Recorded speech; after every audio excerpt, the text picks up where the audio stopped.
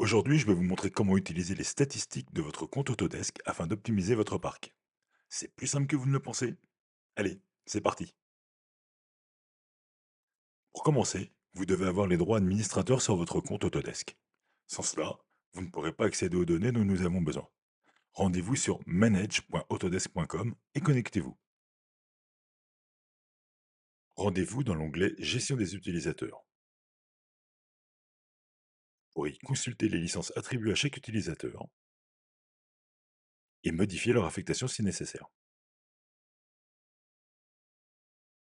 Dans l'onglet Gestion des utilisateurs, la vue par produit affiche la liste des logiciels de l'équipe ainsi que le nombre de postes disponibles pour chacun.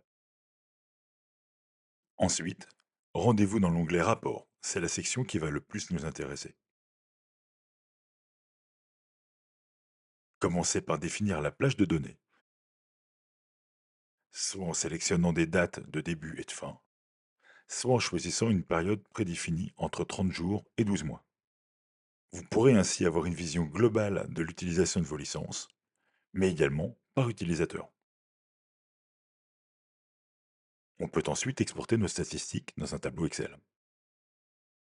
Ici, j'ai mis en évidence, par des couleurs différentes, 4 utilisateurs à qui ont été affectées 2 licences, en l'occurrence une licence AEC et une licence ABC Pro, ce qui est une pratique tout à fait logique.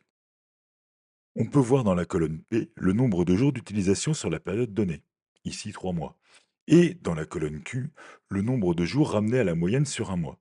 Il faut savoir qu'au-delà de 7 jours d'utilisation par mois, la tarification est plus avantageuse par abonnement que par jeton flex, et vice-versa bien entendu. Intéressons-nous maintenant aux lignes dont la moyenne est inférieure aux 8 jours d'utilisation. En ce qui concerne la première ligne, il s'agit d'une licence flottante d'AutoCAD LT. Il n'y a pas de jeton pour ce logiciel, donc rien à dire. La seconde, encore une fois AutoCAD LT, rien de plus à dire. Par contre, en ce qui concerne les deux dernières lignes, il s'agit de deux licences AEC. Il serait bon de voir sur une plus longue durée, par exemple 6 mois ou un an, si elles sont sous-exploitées, auquel cas il serait préférable de passer sur un système de jetons. On peut également aller plus loin dans l'analyse en passant par le panneau Exporter. À partir de ce rapport, on peut analyser l'usage que chaque utilisateur fait de la ou des licences qui lui sont attribuées. On voit par exemple que l'utilisateur bleu utilise AutoCAD et Revit via la suite AEC.